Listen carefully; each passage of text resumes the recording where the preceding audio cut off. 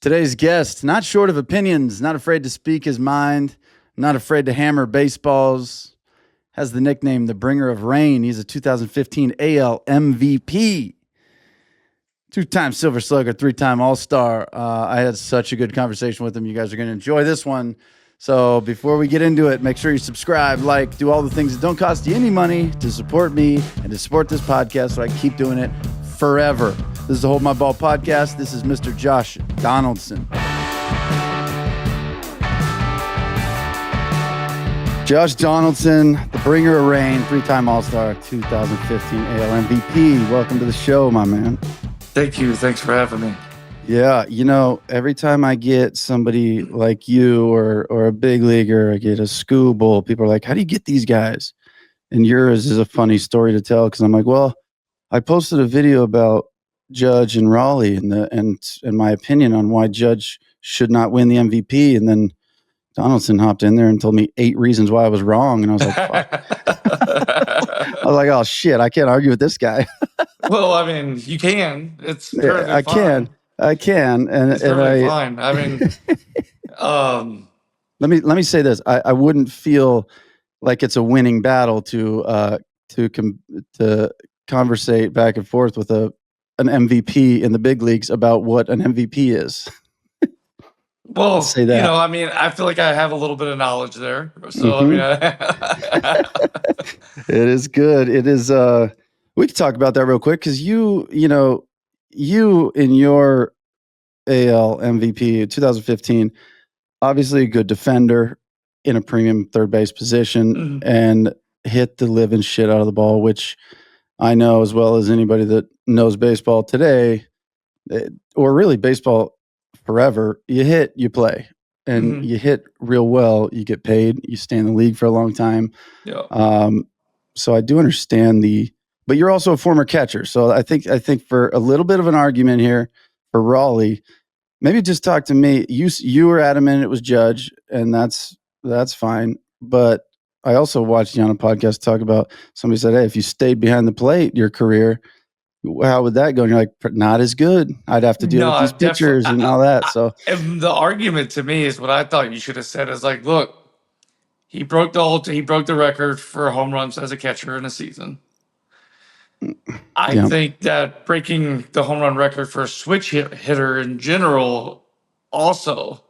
And I think going back to a couple of years ago when Judge hit 60, like once he hit 60, it was a wrap no matter what. Because I think I think Shohei was still in the AL at that time. Yep. So that kind of like solidified Judge. I feel like at that point, I feel like what Cal did offensively from a catching standpoint, obviously it's never been done before. Yeah.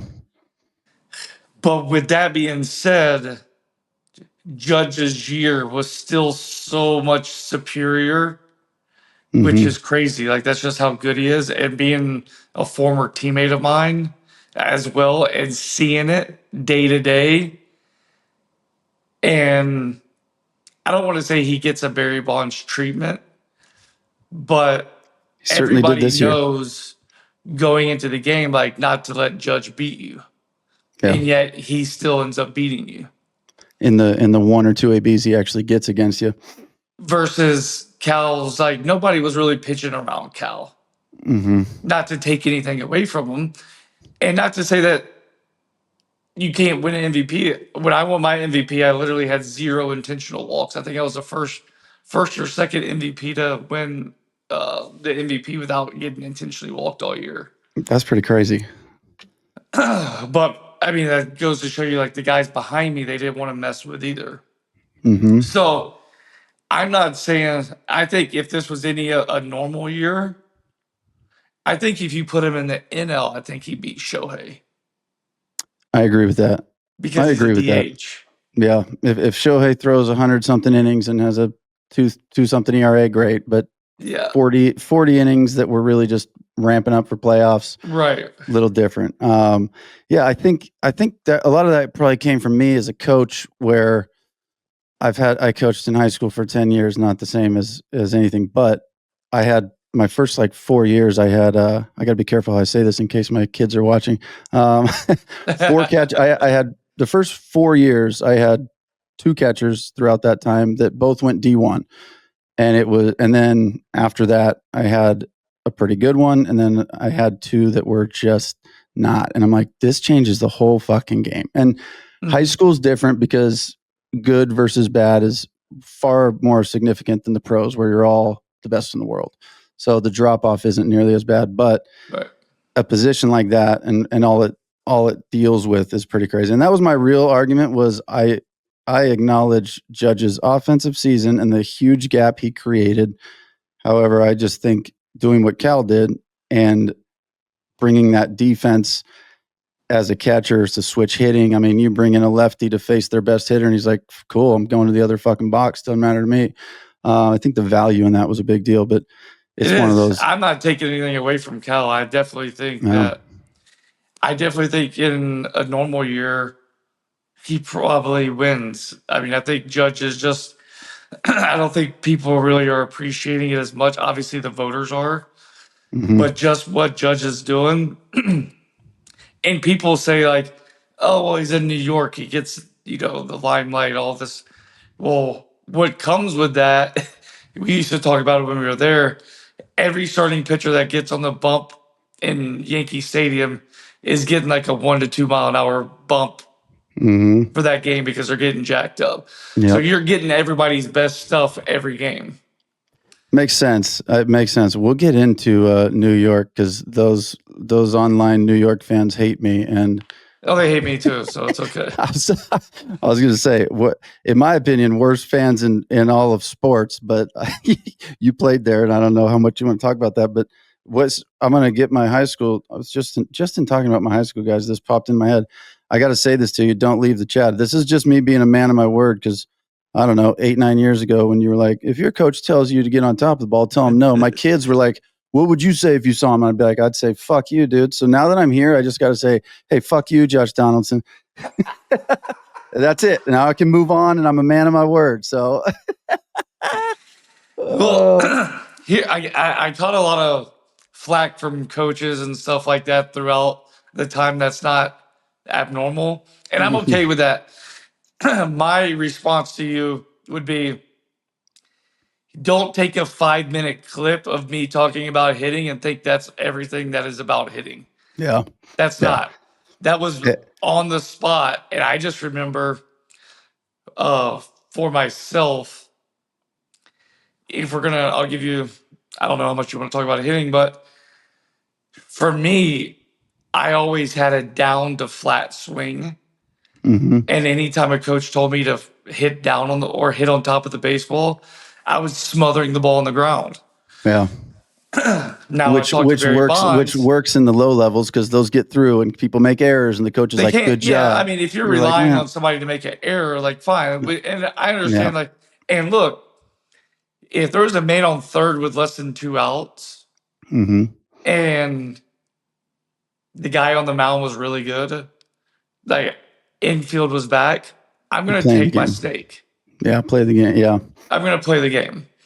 Or if there's a man on second, like, tie ball game, like, I'm going to try to hit the ball, not force it the other way, but I'm going to try to back the ball up to go backside to be able to get the guy over, right? Yeah. What I was talking about in that interview is how I'm going to train and how I'm going to approach is what I'm going to spend the majority of my bats doing, which is trying to drive the ball, get the ball in the air, and create success that way. If I'm living on the ground, then you wouldn't be talking to me right now. Yeah. You know what I'm saying? No, 100%. You wouldn't have an AL MVP trophy there. You have to know your swing. You have to know your body. You have to know the situation of the game. What swing do I, and you have to have multiple swings. The swing I was talking about is like, hey, this is the swing where I'm trying to make something happen. Put myself in the best position to succeed at that moment to drive a baseball. Social media heard one sentence and went, yeah, we got gold. Yeah. which is the way it honestly, works. D-Row, he put me on the spot at that time. And to their point, like, that clip went viral. Like, I wasn't trying to go viral. Yeah. Like, him and I were just, shooting the shit on on national television, and it ended up doing it. Like I wasn't Yep. trying to like be controversial, although I think D-Road knew that because I didn't even know I was going in there talking about hitting. Mm-hmm. They put me in there, and it was kind of like on the spot. Me and D-Row have talked about hitting leading up to that several times, and I think he knew that my way of thinking was different. I knew my Mm-hmm. way of thinking was different. Mm-hmm. And that was my whole message is like, it's okay to go outside the box. Yep. Like all of this shit that I was taught when I was younger, I got to the big leagues. That didn't work. Yeah. Well, here's what I would combat that with. And here's what I told my guys. I said, a guy like Josh Donaldson, what were your high school stats? Let's say senior year ballpark, if you remember. I hit like 500, 550 or something like that. I didn't hit a ton of home runs. Mm-hmm. See, I think I hit like 6 maybe, and I had a bunch of triples and doubles. now that's what I said. I go, I don't know his stats, but I guarantee you he's a really good fucking hitter first. And then Yeah. he gets to be able to do these little things like, now let me work on lifting or this, that. So I was never a hit ground balls. I was the same thing. Every kid in high school wants to play in college. I'm like, you're not going to do it hitting fucking rolling over every day. So gaps and all that. What I don't want you to do is try to lift the ball out of the yard when you can't and get discouraged that you keep flying out. So I would always preach the guys that you're looking at are the best in the world, and certainly look at them, take things from them, but do not get it mixed up. They were unbelievable hitters before they started trying to do things at the big league level, because your odds of hitting a ball in the gap or hitting one out of the yard when you're that good are better for you to get on base or do something than they are hitting a ground ball, because that defense is so fucking good. It's like they do it out of necessity, where it's like, this is how I'm going to produce. I'm not going to, if I hit a ground ball, there's a 90% chance with the range, the arm, these guys are going to throw me out. So I absolutely understood what you were saying. I thought it was great. And but I told my kids 8, 9 years ago, so I had to stay true to my word. And right when you said yes, I'm like, shit, I got to say it. I got to say it. But hey, I told, appreciate it. Hey, you're not going to offend me. I don't have many feelings left, so it's okay. I appreciate that. I'll tell you this last piece of thing. Like I have some buddies at home, they have kids that can't leave the yard, right? Mm-hmm. The very thing that you said, I tell them, you have to learn how to be a hitter first before trying to go deep. Like once you are able to spend time in the weight room, once you get strong enough to leave the yard, okay, now we can play around with that. But what I don't like hearing from coaches say is like, you can't do their move. Yeah. Like, yes, they can. Younger kids can. They're more apt because they don't have the bad tendencies already. Yep. I'll take a 10-year-old kid right now and turn him into your best hitter in your lineup in less than a month versus me going and being able to rewire a 30-year-old. I can attest to that firsthand, coaching the youth for a long time. I would dumb things down, and then one kid came along and I taught him something high level for his age. He was 9 or 10, just like that. And he picked it up, and I'm like, am I doing a disservice to all these kids by not teaching them, then just finding out? If they can't get it, okay, let's start here. But the amount of kids that pick it up is pretty incredible. And when you do something like that with a long-term vision, like, hey, buddy, you are good. This is going to be, it's like telling a kid, I would play kids up only if they could mentally handle it and understand, hey, if you're 14 and I put you in 16 or 18 and you hit 220 all season, that's going to be so much better for you than playing on the freshman team hitting 700. I promise. I know it won't make sense, but if you can handle that mentally and understand it's good, then you're going to be miles ahead by the time where you want to be. So I'm a big advocate of maybe not teaching it to everybody, but certainly starting and finding out if they can feel their body and they can do it. You're going to put them miles ahead in that. I like that. And I think, talking hitting is something that coming on with you, I'm like, I'll keep it vague on my side, because I like hitting, but when it comes to this, there's different levels to this, and you are at the top of the ladder of conversation. I'm like, I'll be listening, learning. I love and look, seeing the passion it's for hitting. okay. Like, I mean, to disagree with me, like people disagree with me all the time, and I'm like, okay, well, you got to tell me whatever it is that why you believe that. Like, I've told this story a couple of times. Like Barry Bonds, Barry Bonds, and at this time, if you ever told me to swing down, I was just like, I would like write you off immediately. Mm-hmm. And he told me like within the first 5 minutes of our park. And to me, let me clarify this: Barry Bonds is the greatest mechanically sound hitter in the game ever. Mm-hmm. Okay. Way better than me. Not Yeah. even close. Yeah. You and the first everybody thing else. he told me was just like he wanted to work hitting the ball down. And like I had to like bite the bullet, The one guy on the planet that you're gonna bite the bullet on, huh? I bit the bullet and I was like, all right, I just wanted to listen. And then after the conversation, I'm replaying it and I go, why would Barry Bonds think that? It's wrong. He didn't do that. Mm-hmm. So then I got to thinking, I'm like, well, Barry Bonds, he's a lefty. He naturally creates leverage. Yeah. In a left-handed swing, they naturally want to get the barrel planed and then hit the ball in the air. So for me, I was like, okay, he had to compensate for that area to make sure that he wasn't getting too far underneath. Yeah, he doesn't lose 78 home runs in his career. So like that's flyouts. why I'm saying you have to understand your swing, like what's your miss. Mm-hmm. Where is it like, okay, where do you want the success to be? Yeah. So going back to that point of like younger kids, my whole thing is they have to be able to have the wherewithal to maintain what you're saying to them. Mm-hmm. If not, you're kind of wasting your time. Yeah. At that point, it just comes in like, all right, let's get your reps in. Let's build your hand-eye coordination, right? Yep. But 1 out of 10 kids, in my opinion, what I would tell kids every time I work with them, because I used to always work with younger kids. I loved it. Because it helped me too.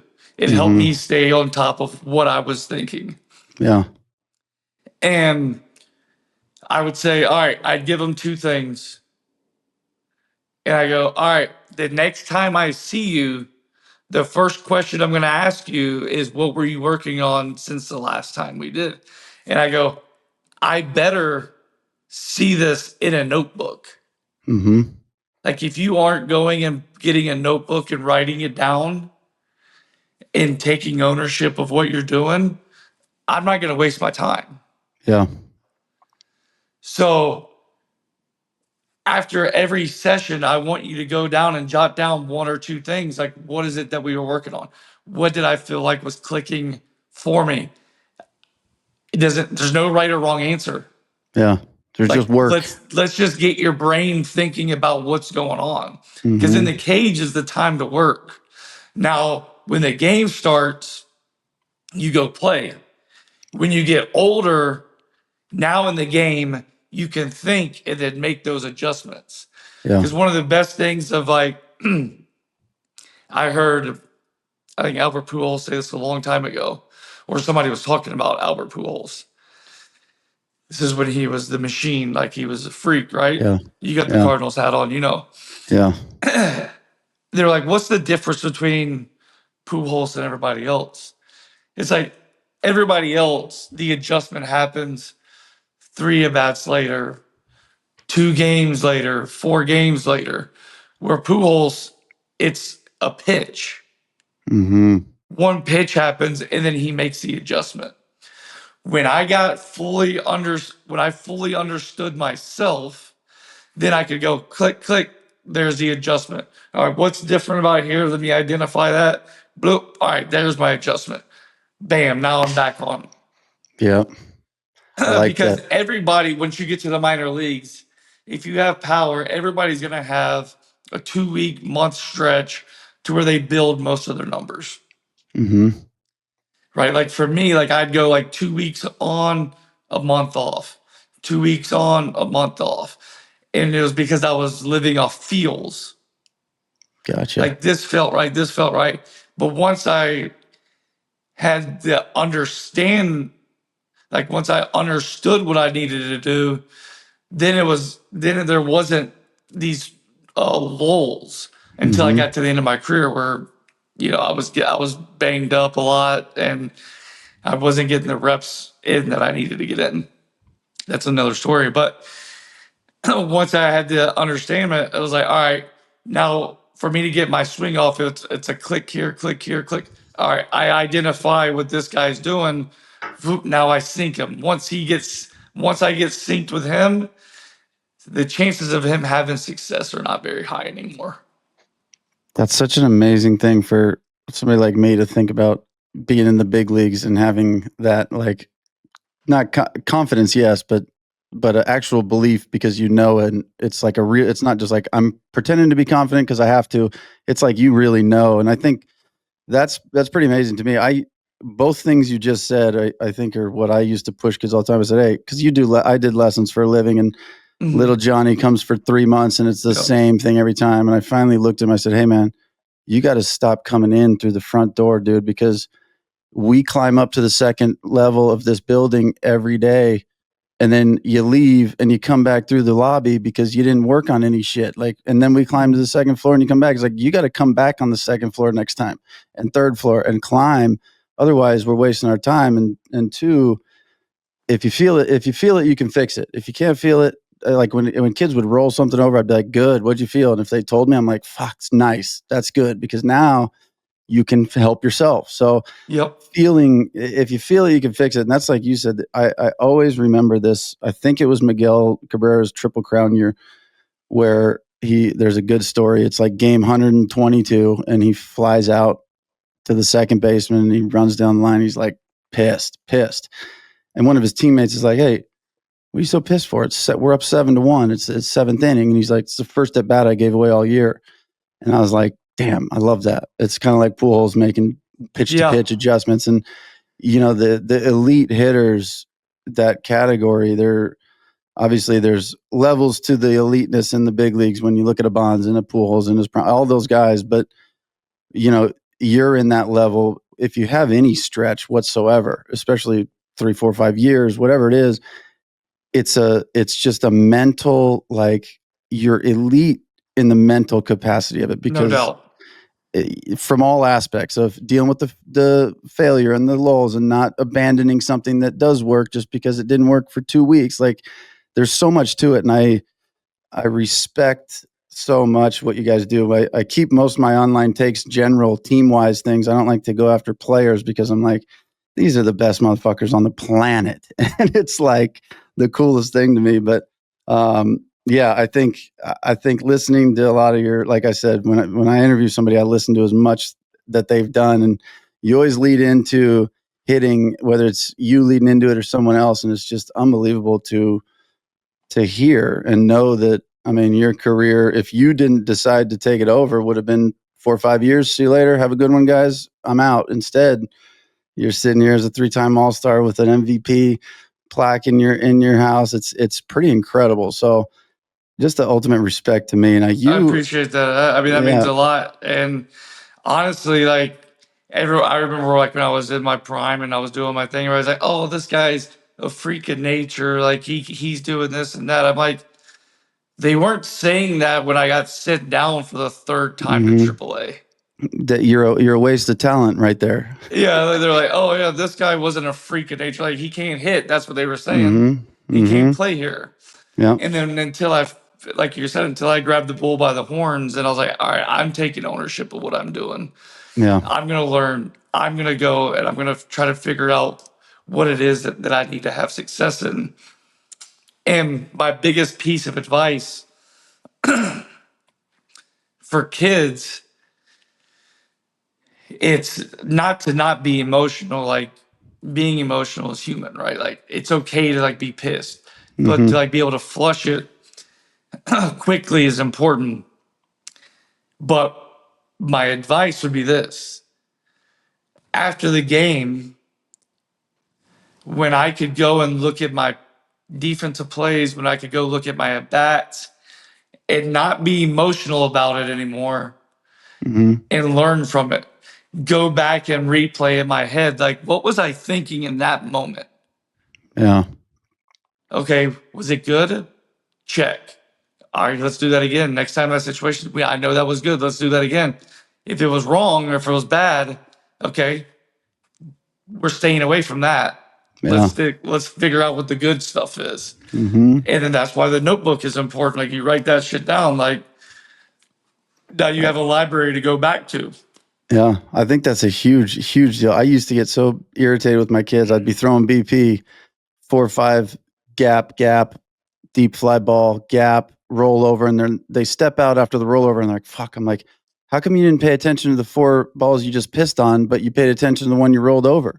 Why didn't you step out after pissing on 2 in a row and go, man, I really felt this. Let me do that again. Instead, you roll one over and you're like, fuck. So I used to always say, pay way more attention to the good ones than the bad ones because you're trying to do it right. So when you do it right, fucking pay attention to that and do it again. Try, I think putting more into that obviously is and the a good way brain to like parlay off what you were saying.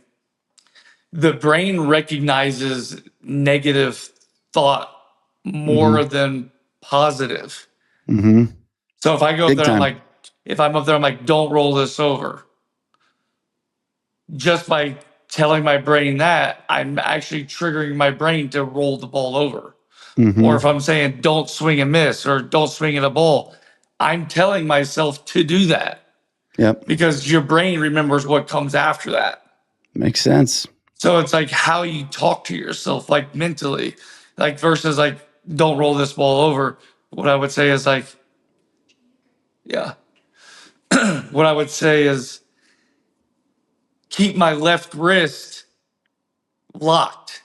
Like, so if I keep this angle here, like I'm going to hold that angle. Now I'm not rolling the ball over. So if I could go to like a mental, like mechanical thing in my swing versus saying, don't do this, don't do that. I'd say, all right, I want to do this.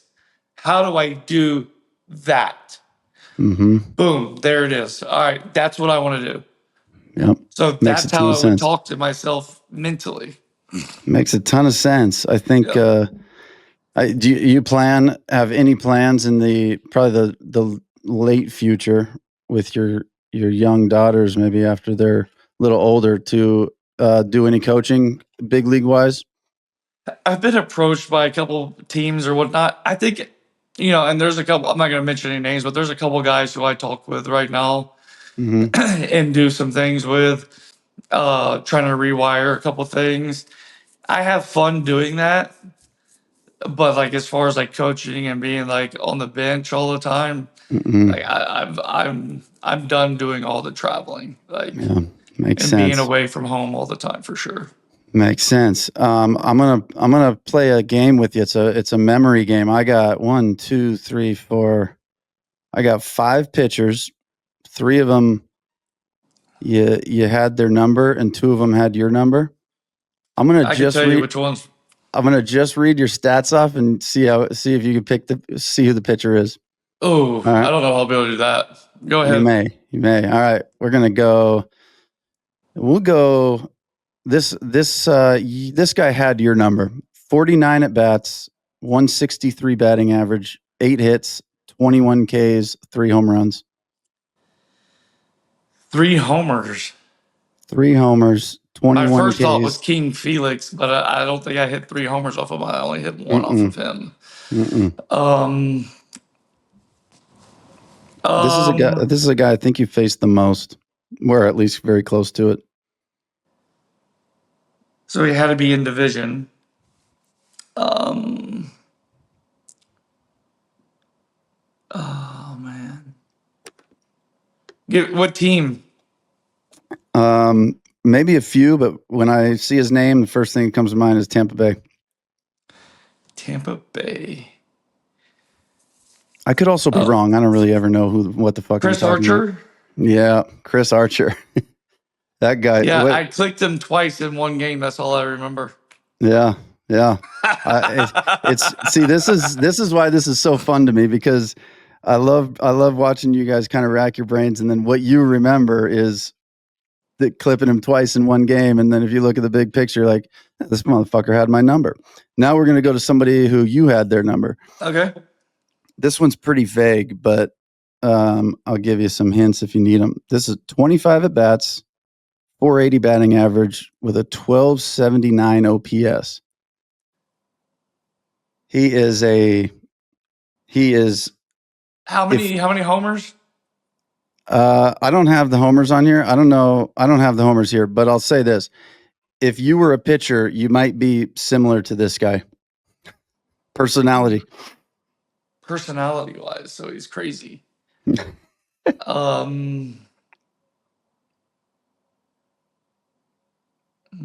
May have been a starter at some point, but known as a reliever. Oh, he was known as a reliever. I had a 12 something OPS off of him. I think he was a starter at some point, but maybe not. He is definitely just a closer reliever guy. Liam Hendricks?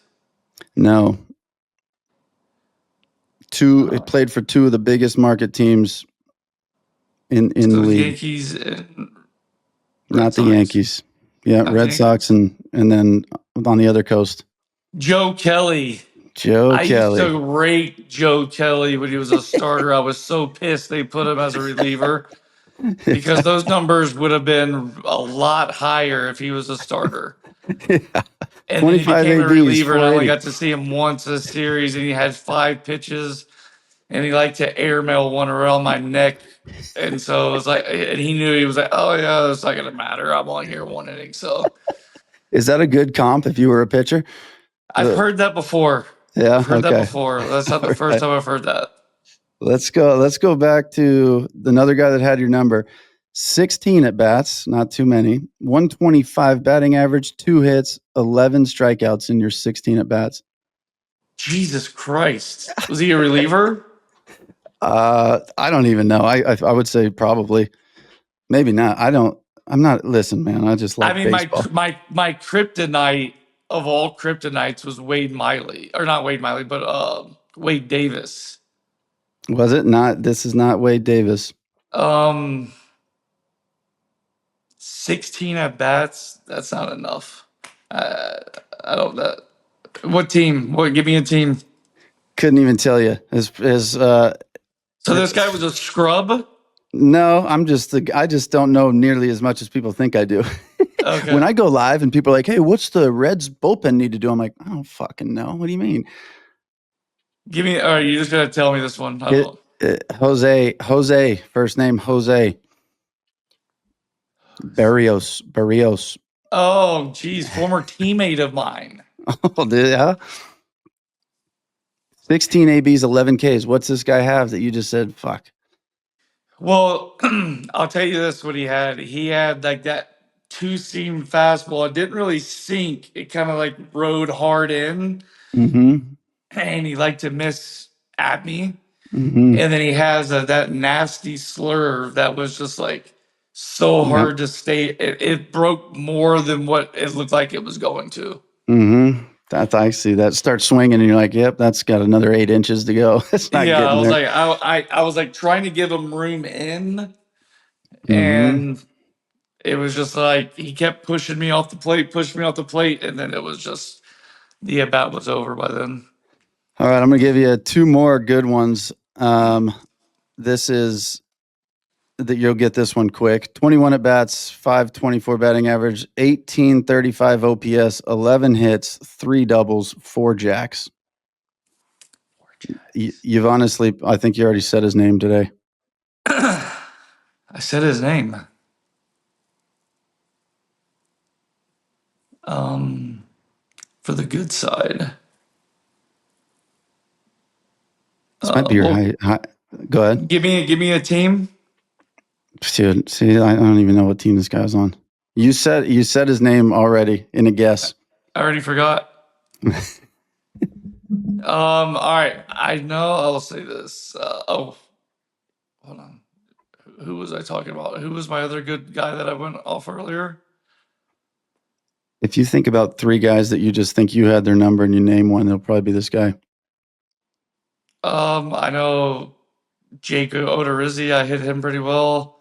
I hit Drew Smiley really well. That's it right there. Smiley. Yeah, Drew Smiley. Drew Smiley was. Smiley. I got a great story about Drew Smiley, and Yeah. I said this. We've actually talked about it. So there's just got some guys you see well, right? And he's in Scottsdale with me now, so and we've talked about this, so I think he'd be okay with me saying it.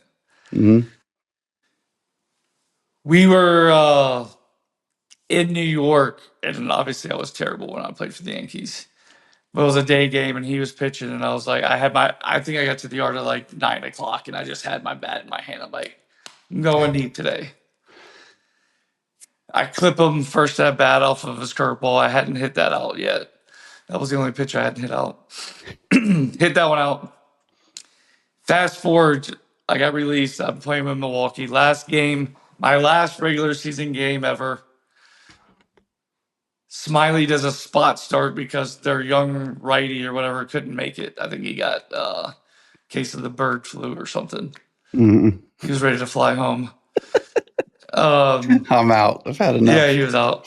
And so Smiley pitched, and I think I was hitting 6 that day.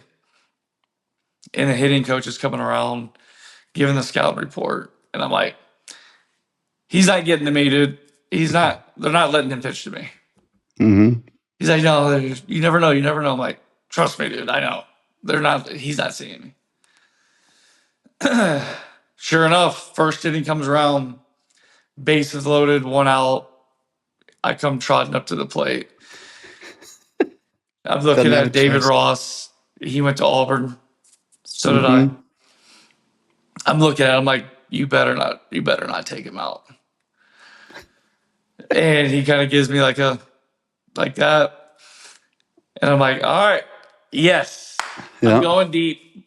If I go deep here, I'm walking, like I'm just gonna take my jersey off and straight through home, straight through the clubhouse. I'm out. It's been a good one, guys. See you later. I'm done. So I get in there, first pitch. He throws me like a hard fastball, like up and in, and I'm back up like that. I'm like, the hell?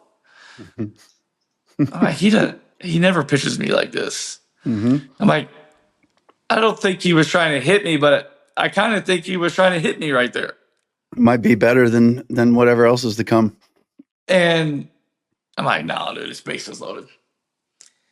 Next pitch, cutter like up and away, misses. I'm like, yeah, he wasn't trying to hit me. We're good. 2-0. I'm like, I'm going deep right here.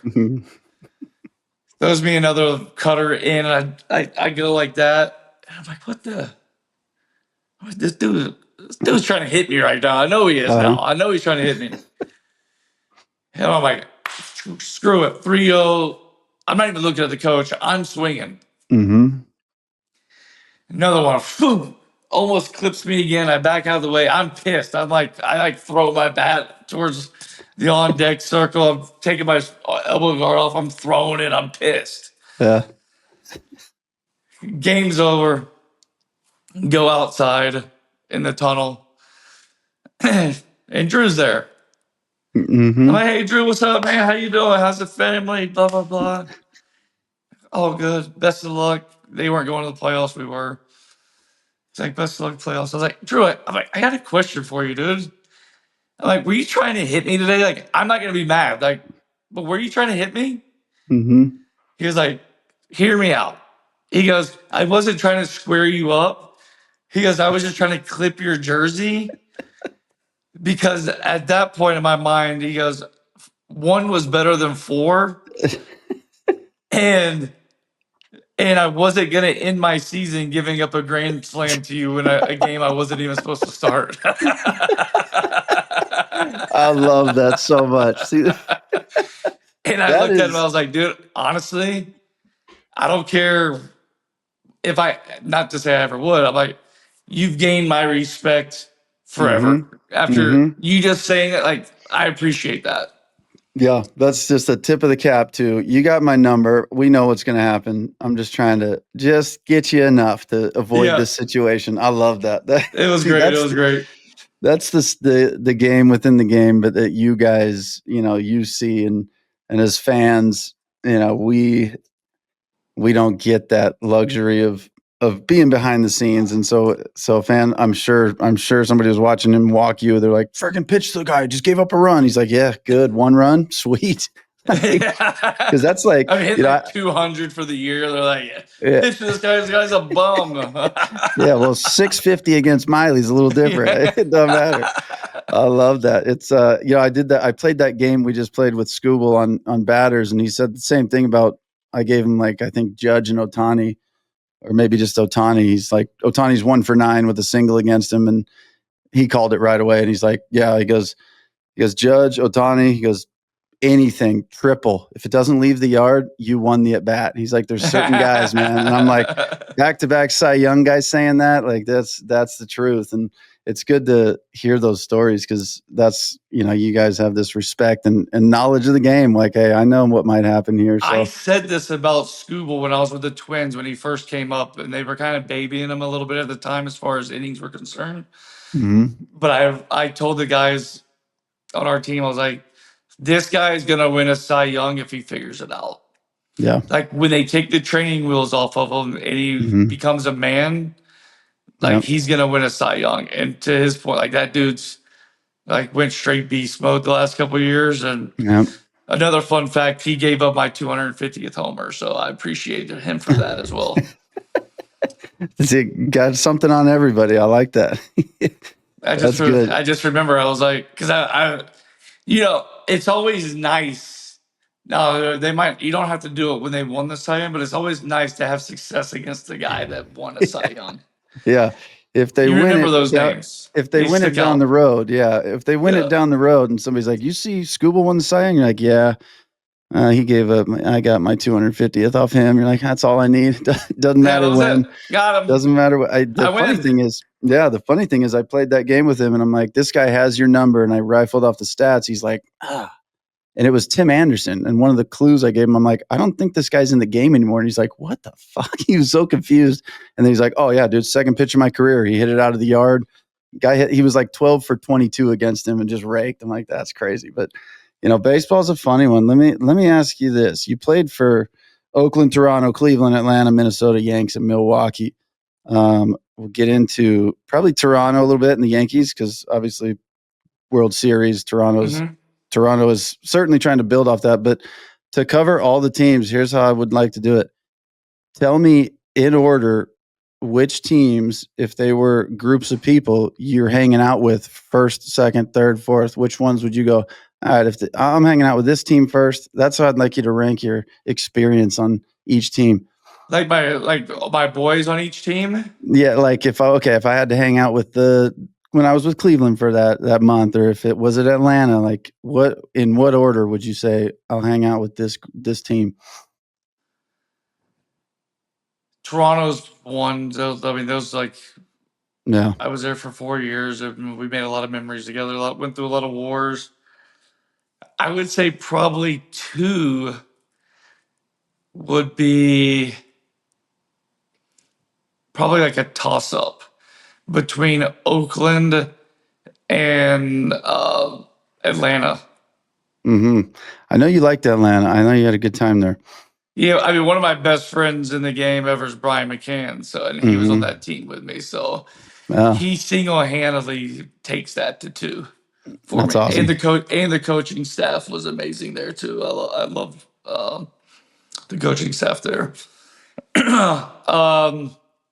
Oakland, like a lot of those boys, like we came up in the minor leagues together.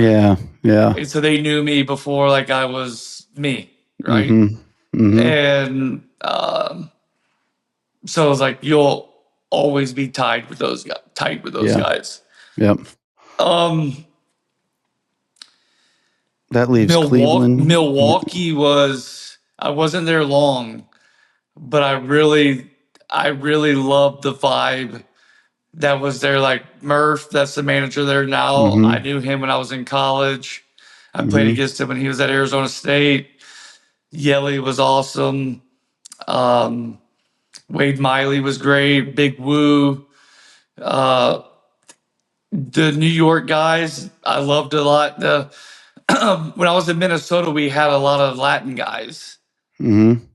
So I would say that's probably the toughest one for me because I don't speak Yeah. fluent Yeah. Spanish. Yeah. But a lot of great dudes on that squad too. Where else? Cleveland. Cleveland and New York are the Cleveland, last two. Eddie was on my team in Toronto, so I feel like I would still be there. A lot of good dudes that were on that. I love Tito. The time when I was there, Tito was awesome. Mm-hmm. Um, um, who else did I play for that I'm leaving out The right now? Yanks are the last team. No, I would say the Yankees would probably be before Minnesota and before Cleveland. Okay. So they're in that Not mix. not to say that I say that with a grain of salt. Like all of them are really Yeah. close. Yeah. I like using this ranking because I just sucked when I was with New York, so I wasn't in the best of moods probably then. that's why I like asking the question that way, because I watch people, like, they don't pull out the people, they pull out their experience. And like you said, probably a bunch of good dudes on the Yanks. You're like, I didn't play well. My mental wasn't great. So that's interesting. Yankees, we'll talk about them. I'm I make content, and they're the lowest hanging fruit to just piss off and get viral videos. So here It's and there, easy. It's the it's so easiest. It's easy. the easiest Uh, viral video you'll ever yes, get. and I don't ever lie. My takes are not lies, but when I make them about the Yankees, I just add a little oomph to them because I know they're gonna be like, "Fuck this guy." But Yeah. um, it, playing there, obviously, it comes with a weight, regardless whether they're playing well, playing bad. Um, the fans, you're the best when you're good, and when you're not, it's like I just have this thing where I'm like, I just don't like fans booing their own players unless it's a legit, like, Yeah, if you one. have a reason to. Yes, exactly. But when it comes to performance, like, not one of you fuckers are out there trying to strike out, trying to be bad. Like, that's the last thing. So when I watch people get booed, I mean, they'll boo Judge, and I'm like, you fucking morons. Like, this is the guy, and you'll boo him if he doesn't do well. So to me, I hate that. I think it's ridiculous. I'd be curious a player's take on that, what that is like, and how does it feel playing there if that's the case sometimes? When I was playing there, you as an athlete, like you want to drown out the noise as much as possible, right? Mm-hmm. And when you're living in it, you don't think too much of it. Like you're just like, all right, this is what it is. Boom. Mm-hmm. If they boo me or whatever it is, like I have to stay focused on what it is that I'm trying to do. Yeah. Right. And like you were saying, like my expectations are way higher than what their expectations Yeah. were. Yeah. So I was unhappy because I wasn't doing what I wanted to do. Mm-hmm. And then on top of that, you get that, you're like, yeah, I don't think it is helpful. I remember going to Milwaukee in my first at bat. I came up with like first and third after I got released by the Yankees and got picked up. And I grounded into a double play my first at bat. Mm-hmm. And I remember like there was like two fans or when I was running back to the dugout or whatnot, and they're like, "Boo, you're a bum." And I was like, damn, there was only two of them saying that at this time. This And is I was like, nice. all right. And I remember I went back in the dugout and everybody looked at me like, because Milwaukee pretty much had it wrapped up at that time. Mm-hmm. And they weren't looking at me like I had like a third eye. Because in Mm-hmm. New York, like what happens, one guy there's at least one dude who the fans are on. Hate. Yeah. They I just hate. hate him right Like now. they want him to burn and they want to like watch him get murdered on the field. Yes. Which is it's And crazy. and so everybody in the dugout's kind of like looking at him to like all right, let's just gonna stand like we don't want to Uh-huh. get touched by him because then we'll get infected by this disease, you know. And Yeah. but you just knew obviously like shit, like you don't have the fans on your side because you suck. And I remember I like to always talk shit to the fans, whether it was home or away. Yeah. And I remember we were playing against Seattle one game, and my first at bat, I don't know if I might have struck out or flew out or something. I don't know. And there's a third guy at the third base line, and he was like, he was getting after me a little bit, and I was looking at him, and I was like, "Oh yeah." I'm like, "Hey, dude, here's my glove. Come down. Yeah. Let's see you play. Let's see you do it, buddy. You can play, right? Come on." Mm-hmm. And so we were talking, and I think the biggest thing is like with a lot of the fans is like they obviously want you to do well because you're a Yankee. Like they live and die by it. Yeah. They want you to have success, but at the same time, when you don't, I think they like that too. It's funny you say that. It's so because they want to be angry. Right? And with that being said, like my next at bat, I hit a double, and I find the guy that was giving me the business, and I'm looking at him, I'm like, what? And he's like standing up, and he's like, I got you that hit. I got you that hit. I got you locked in. And I was like, no, dude, like he just hung me a slider right there, and I just smacked it down the line for a double. Like you didn't do shit. You didn't do anything. That's great. And so as a player, like when you're in that moment, like there's no winning. Because if you suck, they're gonna get on top of you. And then if you go and you do well, then they contributed to that as well. Yeah. You know what I'm saying? It's all you guys. Good job. Yeah. So I personally believe it is what it is. Like it's New York for you. I do think this, and this will probably be a controversial take. They could throw as much money out there as they want. New York Mets, New York Yankees, whatever one. It'll be whatever team wins a World Series there, because they'll eventually win one. I don't know when. But how hard it is to win there, from the standpoint of the media, because New York's New York. Like they love turmoil. Yeah. Like I remember, like the people who are doing the radio, the people that are doing the media. I'm not going to mention any names, but he no longer works there. I remember him coming down one day, and he was like, "Yeah, man, I'm getting blasted by Yes because I'm siding with the players too much." Interesting. That because they don't want he that. knew what the players were going through at that time. That's so crazy. What they were trying to accomplish, and he could see what they were trying to do. So he wasn't sticking the knife and saying they're done. He was like, yeah, I could see what's going on here. And hopefully next time I could see him put in the work before the game. Hopefully it's going to play out. New York doesn't like to hear that.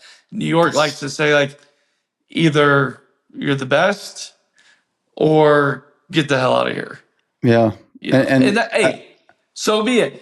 I don't think it lines up for success, because as a base, like, this isn't football where you play one game a week.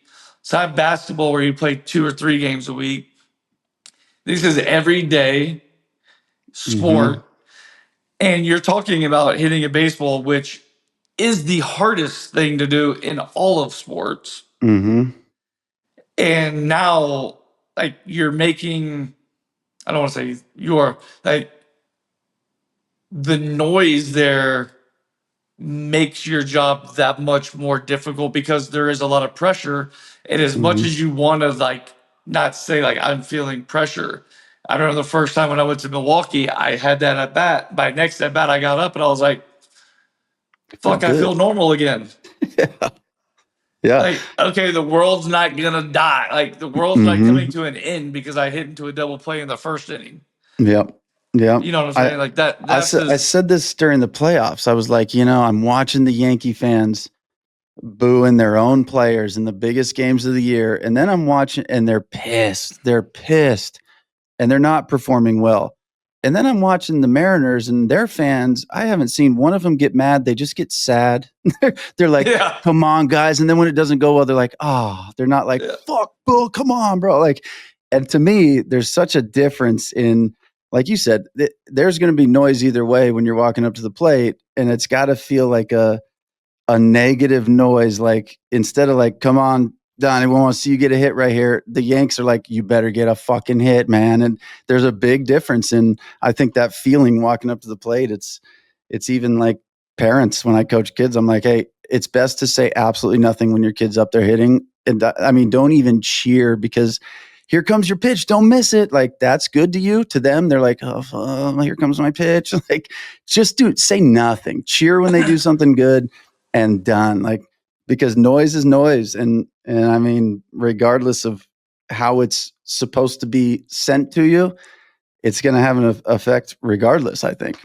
Yeah. And I mean, like, as a player, you got to do your best to like drown that out. Mm-hmm. And for me, it was like preparation. Yep. And the thing that sucked for me at the end is I wasn't able to put the hours in that I wanted to because I was recovering from injury so many times. And so it's like, like you're going in there and I don't feel prepared the way that I want to. Yeah.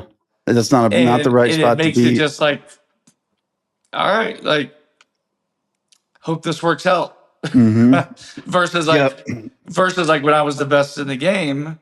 Yeah. Like there was no thoughts of that. Like I knew like where I was at. It didn't matter who was on the mound. No. And I knew that I was going to catch a couple barrels that game. Yeah. And statistically speaking, my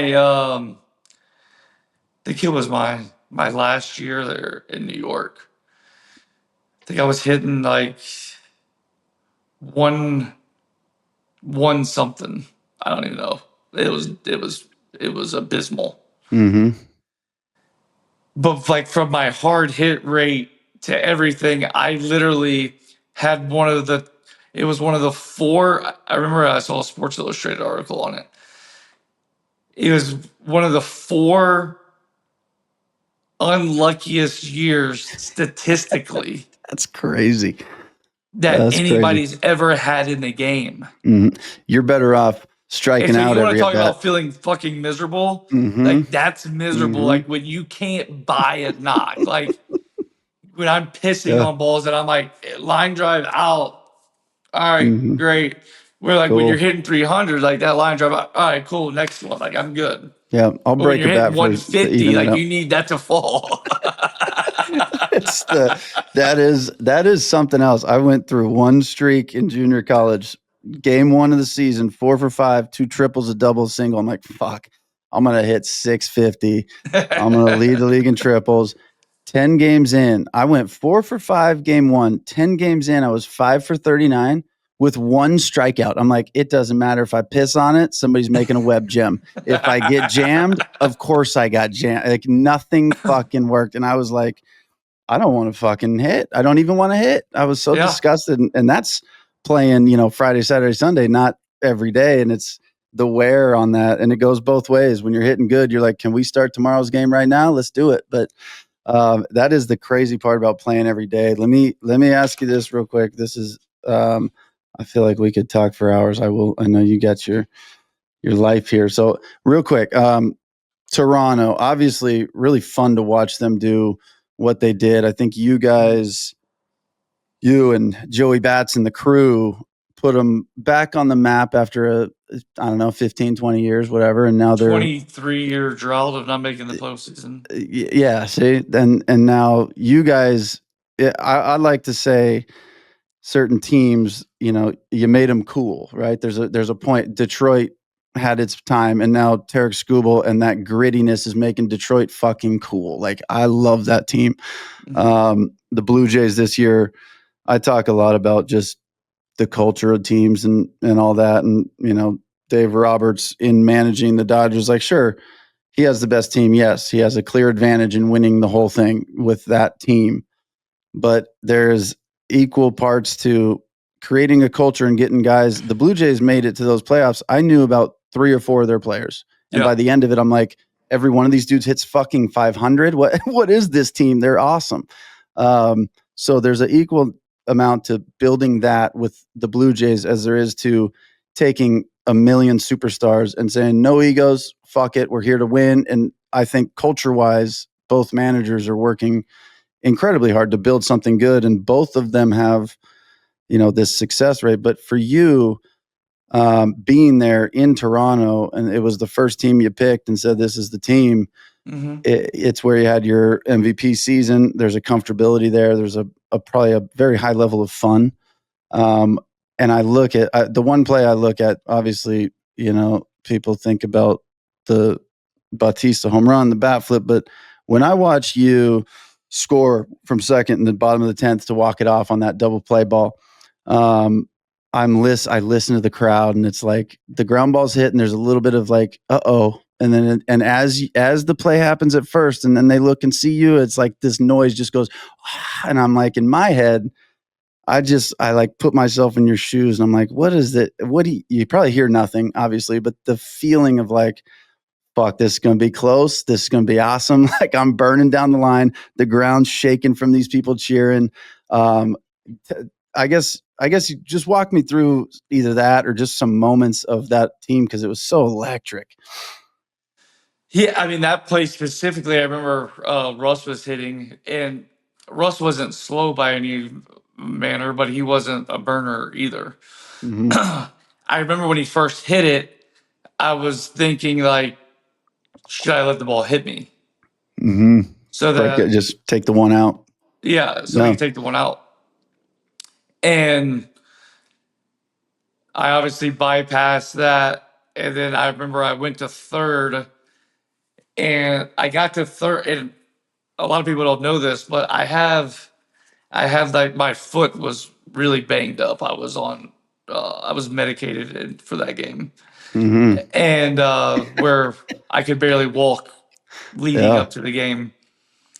And so I wasn't on good footing by any manner, literally. Mm-hmm. And I remember I broke down at third, and I was like, all right, like, I'm not trying to score here, but I got to third, and I did just a little, like, 1 or 2, and I followed the play, right? Mm-hmm. Like, here's what they say, like, as a coach, you'll say this all the time, is don't give up on the play till it's over, right? Yeah. So I took I broke down 1, 2, and I saw that the ball was bounced, and then he went to make the big pick. Mm-hmm. And I know from playing infield, like, you make this big pick, what happens is, like, either the ball could get slung or he misses it. Luckily for him, he missed it and it hit the umpire, so there was still a chance. I wasn't really thinking that there was going to be a play at the plate. Obviously, I was going full speed, and I was reading the catcher to see if he was, like, about to make a throw. Mm-hmm. And I see him bracing to make a catch, and so then I go in sliding, and then I knew that obviously I was going to be safe. But yeah, that feeling of beating the Rangers for the second year in a row, that time we swept them, was an awesome feeling. Mm-hmm. But I don't know how much I actually enjoyed that, because, like, my mind was, like, so much of, like, this is just the first step. Yeah. You know what I'm saying? Yeah. And there's a lot of things. Looking back on it, I enjoy it more now than probably what I was at the time. Yeah. I said this to you before we jumped on here, but you're a funny guy I always try to research everybody. You're a funny guy to Google, because you type your name in and it's Josh Donaldson, hilarious interview. Josh Donaldson, best player in baseball. Josh Donaldson, angriest player on the field. You're like, there's such an array of things for you. And one of the things that I think a sentiment that kind of came through in not even your interviews, but people talking about you or whatever it was, is that you just wanted to win. It's like you wanted to fucking win.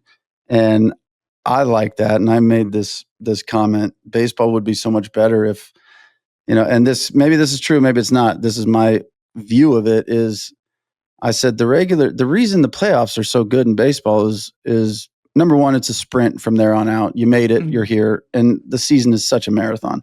Yeah. But I worded it in a way where I said the regular season is where guys try to get paid, and the playoffs are where they try to win. Hey, listen, if Paul Skeens is trying to get paid, he knows the fucking Pirates are not doing shit. I'm a rookie of the year, a Cy Young. I got Boris. I'm making 500 mil. Like he's trying to pitch to get paid and then get paid by a team that's going to let him win. But to me, I think, and I look at that brand of baseball that's being played in the playoffs, I'm like, I don't think you can reinvent the wheel. The Yankees were the best offense in baseball statistically, home runs scored, RBIs, all that shit. But when you get a 3-game series or a 5-game series or a 7-game, and now Judge is being pitched to a whole lot different than he is in June 7th on a day game where the pitcher's like, get me the fuck out of here. Let's go home. Versus I can't let him beat us one way or another. And, to me, it's the bunting. It's a little bad toss on a double play ball. The guy's safe at first and here comes a double and that's the game. It's like, that's baseball. I don't think you can reinvent the wheel because when you watch the way these teams win, and granted the Dodgers won with 3 home runs in game 7, but they also won with exceptional defense and keeping themselves there. I like to say, like back in the day, the Yankees were always lucky in the end. They're always the team that gets the hit and they win the game on a jam job. It's like, well, were they lucky to keep it a 2-2 game? What if they got that jam job and it made it 9-4 Yankees were losing? Are they lucky? No. They fucking good. That's why they're there. Yeah, so, exactly. But and I look at the playoff baseball and it's the best. This was specifically probably one of the best postseasons we've seen in a long time. Thank God that the AL did what they did because the Dodgers made it real boring with the Reds, the Phillies, and the Brewers. But man, that whole left side and then the playoffs or the World Series. Is there some fact to that where throughout that long of a season, guys are trying to get paid. It's obviously we know contract years, but if somebody once told me, hey, look, the only guys having a lot of fun in the big leagues are the superstars because they're signed and they're good and they're done. They made their money. The rest of them are we're all grinding. At times. It's like I'm a 0 for 4 day away from, instead of this league minimum, $4,000, $5,000 a day, I'm gonna go make $4,000 a month. Like there's a true grind, and the percentage of superstars is so minimal that that season for you guys is such a tax. I just always told this. My message to any team that I was on, I said, if you play to win the game, and if we are winning games, you're going to be a part of that, and the numbers are going to take care of themselves. So if you're focused on hitting home runs or you're focused on driving, like I need to hit, like the great thing about baseball and the hard thing about it is, at the end of the year, we get to say like Judge hit 50 homers, Cal hit 62, or how many ever Judge hit, I don't know. Cal hit 62. Well, at the beginning of the year, everybody starts at 0. And nobody's getting the 62 fast. Nobody's getting the 50 fast. So with baseball, it's a testament of the war of attrition throughout the league, and the best players in the game are prepared to have success at a higher rate because they're playing the game on another level, right? And that level is, how am I going to win the game? Yeah. Where the guy that's trying to survive is, like I was saying earlier, the end of my career, I was like, I'm hoping that something good happens. Yeah. And versus like, and the other thing that's difficult about it is now how lineups are constructed. They change every day from 1 through 9, and you got everyday guys playing 120, 130 games a year to where it's like, with no injuries, just a couple days off here and there adds up. Blow. And so I think in turn, like I had to learn how to play the game at 70%. Yeah. With all the games that you're playing every day. Yeah. Like after week 1 of the regular season, after week 1, after the All-Star break, if I didn't make the All-Star game, like I wasn't at 100%. Yeah. And now they're trying to get guys to be at 100% more often. To where it's like some of my best games I ever played. Like I remember the game that I hit 3 home runs in.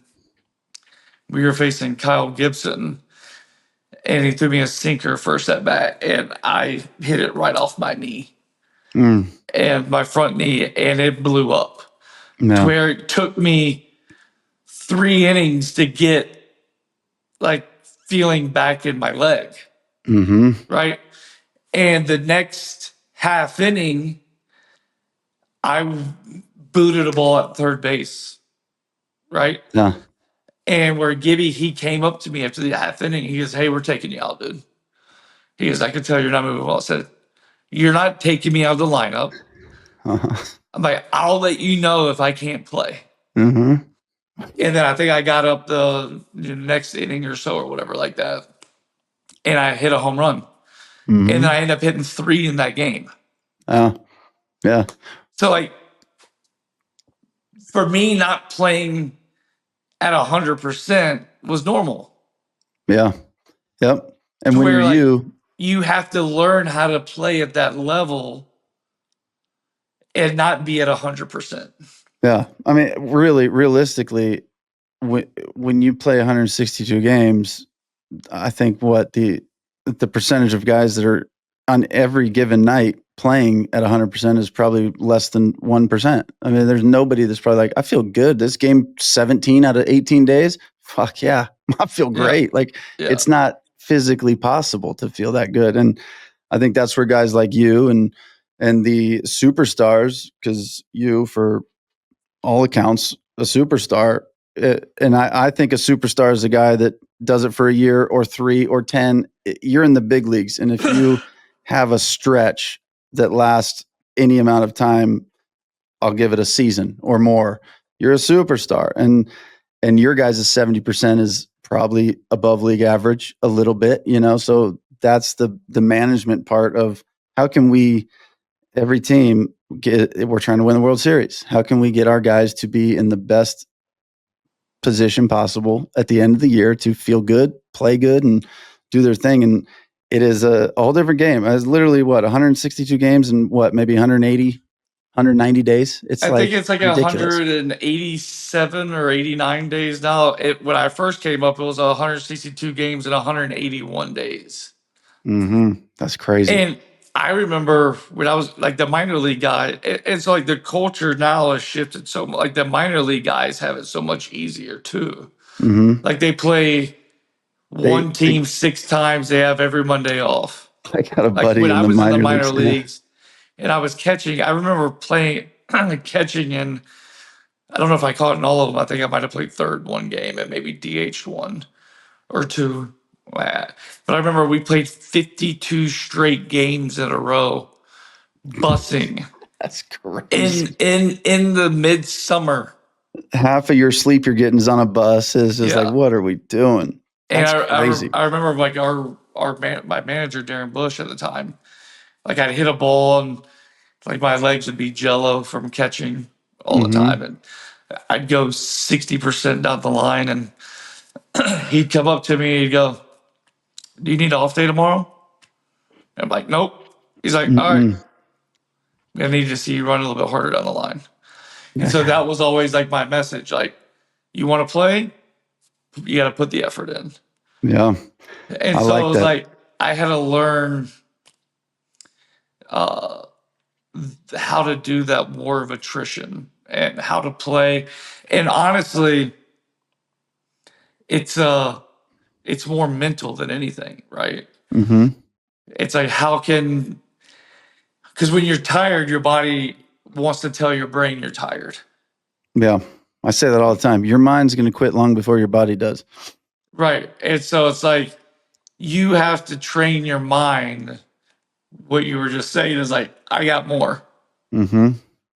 What I think these kids are being taught now that, hey, listen to your body.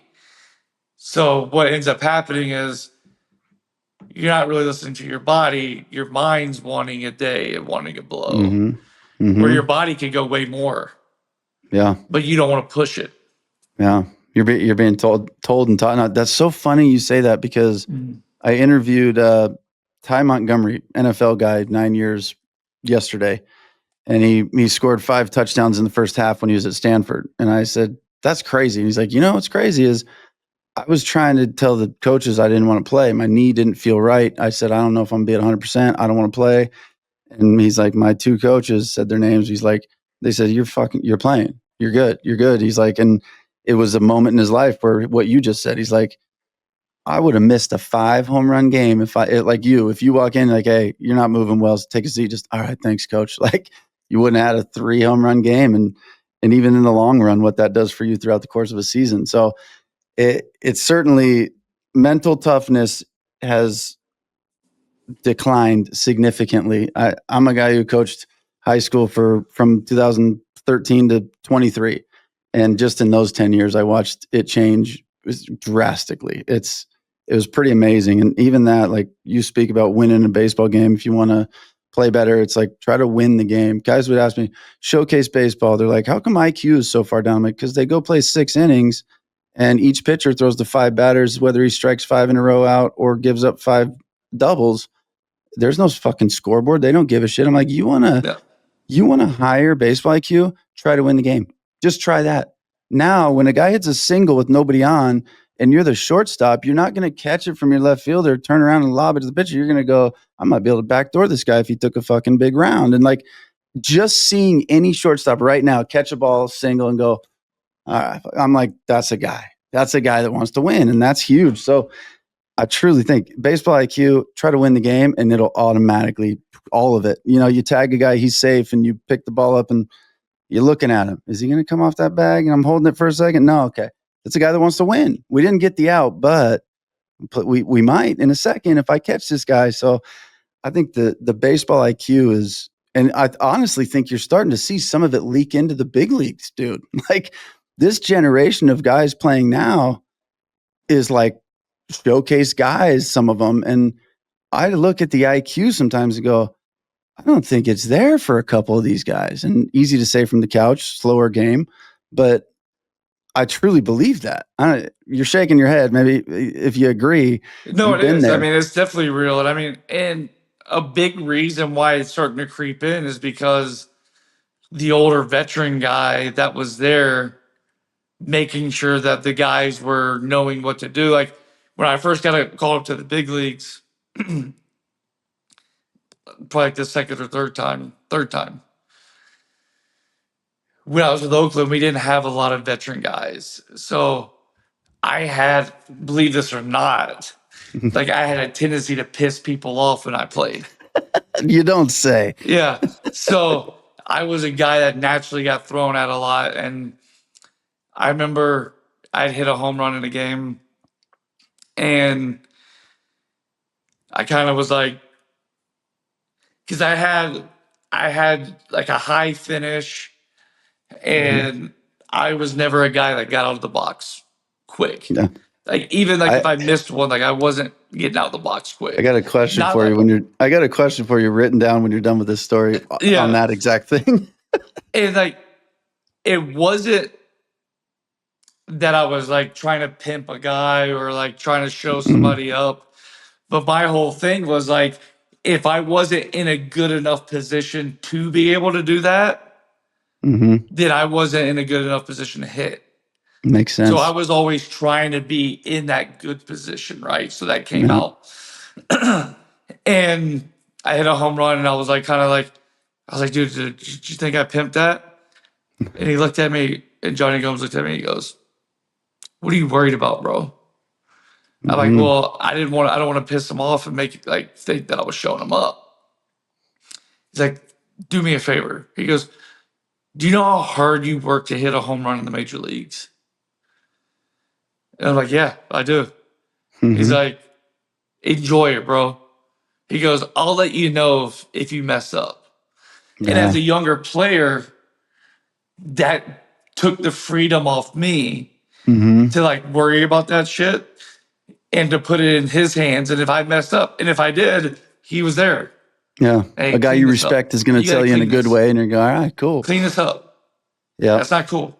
Yeah. Whatever it was, And now when you have guys breaking in at 20, 21, and the oldest guy's 28, 29, 30, whatever it is, Yeah. and you don't have those 3 or 4 dogs that have been around a time or two that know the game, like your 25th man on the roster is like a guy that Yeah. people respect, Yep. then like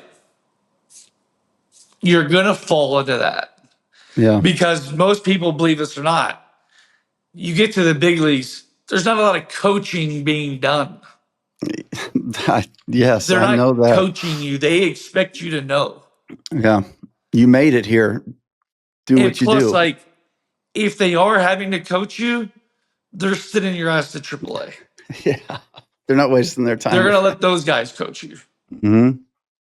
Makes sense. And you're expected to be, once you get to the big leagues, to know what to do. Yeah. And I think that's unfair for some of the kids that are being up there, like they're not ready. Yeah. Yeah. And The whether veteran. physically they're ready or not, but mentally most of them aren't ready. Yeah, you don't see all that on the sheet. You see, average exit velo. This guy barrels balls. This guy barrels his rate against minor leaguers that have big league spin. He fucking hits well. Like but that's the number on the paper. It's like I think it all is useful, clearly useful for the right ways. I'll never forget. I was talking to Dave Roberts when he was managing bench coaching with the Padres. And I coached his son down here in Southern California for a little bit, so I have a relationship with Dave. And they came back from Arizona. They were playing the Reds, and Latos was on the mound. He's like, here's a fun thing. Yeah, he's talking about a bunch of stuff, the game and the scouting. And I'm like, who the fuck did this scouting? You guys? He goes, I did. And I'm like, you guys just finished at 11 o'clock at Arizona last night. And like, you're here tonight. He's like, yeah, I did spend about 4 hours this morning. He's like, if Latos ever does this, he'll never pick. If he doesn't do that, he's going to pick every time. And this was when the Padres had Kemp and all those guys, and they sucked with that superstar team.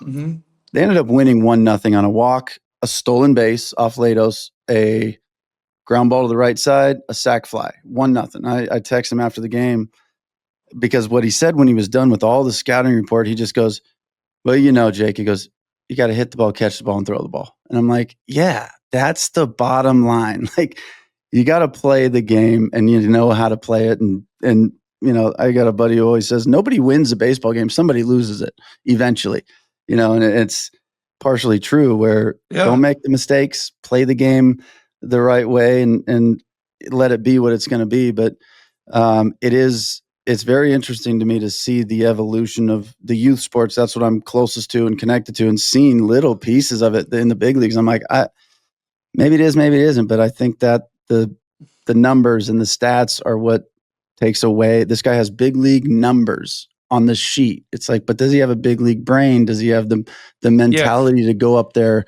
Because that's the real separator. I think at some level, there is the superstars and there's everybody else. And everybody else is the best in the world. And there's 100 guys in double and triple A that are an injury away from a 10-year career.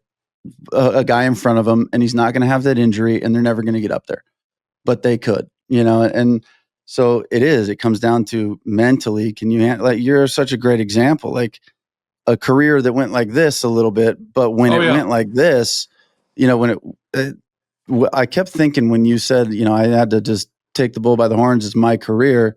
When I got the job coaching high school baseball, some guy's telling me, this older guy's like, hey, got to have a workout plan for these guys. You got to do the pitching stuff. And he's telling me, I'm like, yeah, cool. Like, it was a parent meeting and this older guy is telling me, and then another old guy goes, hey, you want the real advice? I'm like, yeah, that'd be great. And there's like 10 dads standing around. I'm the new coach. So they're like, we got to buddy up to the fucking get my kids some playing time type deal. And he just goes, it's my favorite thing that's probably ever happened to me. there's 10 dads that are all, I know they're talking to me because they're trying to schmooze, get their kid in a better spot. Mm-hmm. And this guy goes, coach the way you want to coach because these fuckers are going to get you fired anyways. And I'm like, damn. He goes, it's better to coach 3 years your way than 10 years their way. And I'm like, that's amazing. I love that. And I just took it so to heart. It was like, I knew my head was in a good spot. I wasn't trying to make money or do anything with it. I wanted these kids to have a good experience. If they wanted to go to college, I wanted to be able to equip them with that. If they wanted to have fun and be done after high school, I wanted them to have a blast. If a football guy came over as a senior and was like, "Oh, my buddies play, I just want to be," I'm like, "Yeah, you're going to be a pinch runner and you're going to have a fucking great time." Like, yeah. And so I could go to sleep every night feeling good about what I was doing, no politics and all that, but it made so much sense. And same thing with you. It's like, hey, you'd rather go out, get 2-3 good years, let's say, and you dominated and you did it your way, and you can rest on that and go, yeah, if I didn't do that, I'd been real pissed with a 6-year MLB career that I hit 210. I bounced around. I averaged 68 games a year because I did it their way. I did what they were telling me. So I respect that so much when you do it at the highest level and you got the balls to make that change. That's crazy. That's crazy. Yeah. And I mean, it took it, for me, I tell people this all the time. It's like the guy that's like middle of the road, big leaguer, it's harder for them to like step out of their comfort box and want to like do something different. Mm-hmm. For me, it was like I was at a breaking point of either I'm going to be in the minor leagues forever, or like, am I going to break through and get to the big leagues and stay? And thankfully, like I was able to find the right knowledge, like study the right things, and figure out what it is that I needed as a player to affect the game. And being in the A's organization, we kind of knew numbers, like it was openly talked about, like how it is now, essentially. And people talk about war and stuff like that. I always appreciated it because it was like, okay, what does this mean? And how can I, like, is this going to make me a better player? And essentially what it is like, war, what I liked about it is it put me on the same level as Miguel Cabrera, and I wasn't the same hitter Miguel Cabrera was. But I was a better base runner than Miguel Cabrera, and I was a better defender than Miguel Cabrera. So then now when you encompass the entire package, like I knew that I wasn't going to be like the number one hitter every year. Like, but I could be up there in war with him. I had a great year, or I had several great years at hitting, but what made me the player I was is I took pride in base running. I took pride in defense, and understanding the game from a winning perspective. And being able to accomplish that. And like that was like my whole thing with all of the guys that I was ever with. I'm like, if you want to help us, like you need to do this. Like you don't need to go and hit 30 homers. You don't need to hit 20. You don't need, if you hit 20, great. If you hit 15, great. Do this really great, and we're good. Like, and you're gonna get paid, you're gonna get your money, you're gonna get your tenure. I'm like, if you wanna go the route, if you feel like you're a better hitter, if you feel like you have more potential, we can get into that too. But let's make sure like our mind is still focused on winning. Yeah, it makes sense. Makes a ton of sense. I like to hear that mindset, especially I think in today's game, because that's really the only thing. I say this, I don't want to see the best players in the world play baseball. I want to see the best players in the world compete to win a baseball game. That's what I want to see, because that's where the fire comes out. This is, I have this written down. I got to circle back to this real fast. I planned on 30 minutes. I feel like I could talk to you forever. I love this. If you want to leave, just say, I'm out. Fucking see you later. It's all good. We're good. When I Googled your name, there's an actual video. They're like, Josh Donaldson, most pimp jobs on non-home runs in history. And to hear you say, I finished that way, and that tells me I got to a good spot. I love hearing that because A-Rod said something similar. He's like, I look like I'm pimping a lot of things, but when I barrel a ball, yeah, maybe it is pimping, but it's a part of me that's like, yeah, I got it good. I'm appreciating it or finishing a certain way because of it. And I think it's funny.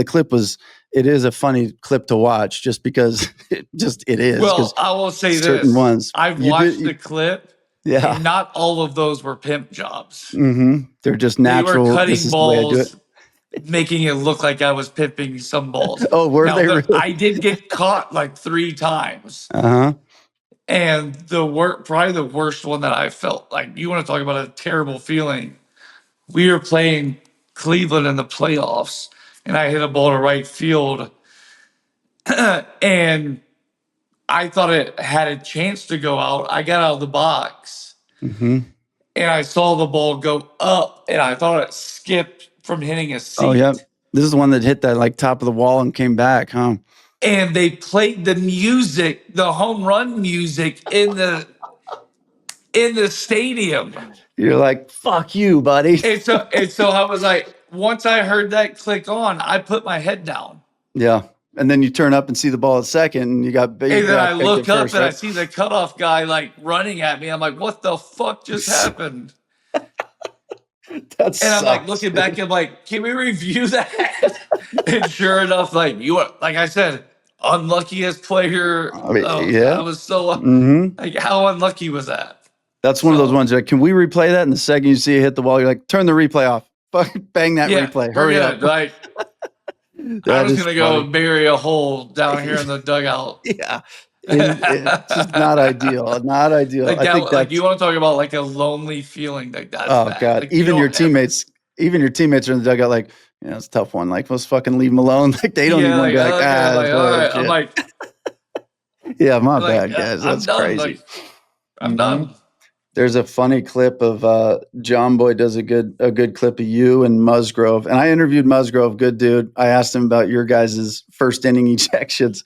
And he was like, what did he say? I didn't hear it. He was like, he goes, I threw a ball that, fucking not on purpose. And he just was kind of walking and looking at me a little bit. And I was looking at him and I said, the fuck are you looking at? He's like, what the fuck are you looking at, bitch? And like, he goes, so I was like, whatever. He goes, but at the end of the day, there's 2 competitors. I like the guy, no hard feelings. He goes, but in the moment, that's, I think, and he goes, and a Donaldson is reputation wise, like he's going to bring that energy, which he goes, I love. But he goes, yeah, and I'm not going to back. He goes, I'm not going to back down. That's what he said. He goes, I'm not going to back down from it. And I think that's exactly, what he said too. He's like, I'm sure he found it funny as part of his, just like, yeah, fuck, he likes this shit. But the clip ended similar, not obviously with you. You got tossed, I think, too, right? Both you guys. And his bottom of the first. They tried to suspend me 1 game. I'm the only guy in the MLB to get a 1-game suspension overturned. Ah, that's right. Huh? So you were out for that game, and that was it. That was it. I didn't get suspended at all. Overturned. How does that process work? Are you involved, like going, look, here's what I did, or do they just review it all and go, take it away? Well, yeah, they have an arbiter, and then the MLB has their attorney. The players' union has an attorney, which I pretty much told my guy not to talk, and I'll just talk. Yeah, I got myself self-representation, and so like I just walked him through what happened, and the reason I got out of it is because the catcher got in the middle of us, and then he went and put his arms around me like that, and then that's when I threw the catcher. Yeah, you threw him right out of the way. And I told him, I was like, "What do you want me to do? You think that I'm gonna let somebody pin my arms down? Yeah, the opposing benches team are clearing? Not gonna happen. Like, no, dude. Like, I was defending myself at that point.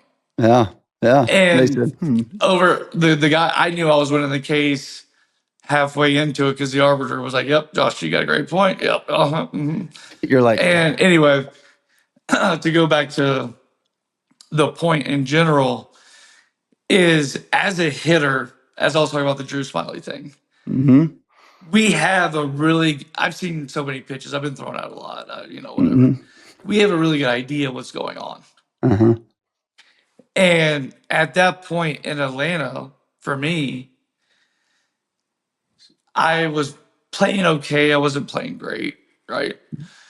And we had faced Musgrove earlier in the, probably 3 or 4 days earlier. Mm-hmm. Or, yeah, it had 5 days, but so maybe 4 games earlier. Probably had an off day in between. And the very first pitch I see of them, I think I went 2 for 3 off of them, and I was feeling good. I had a good series against their team. First pitch that it clips me, it doesn't even hit me. I was like, fuck. I was like, I didn't need much to get I was already trying to make it as personal. I was going to say it seemed like you took yourself 98% of the way there to perform at a high level, and it only took 2% to just. All right, that's it. I would say this about Aaron Judge, him and him, we would talk shit to each other or whatever. Like in the clubhouse, I'd be like, Aaron Judge is the only guy in the league that can clip a ball, hit it 460, and be smiling around second base, and the pitcher's walking off the mound shit, yep, he's better than me. I know it. Whatever. For me, they looked at me oh, this is an average looking white guy at the plate. He shouldn't be hitting my shit 460. Yeah. And they got pissed about it. Pisses them off. Yeah.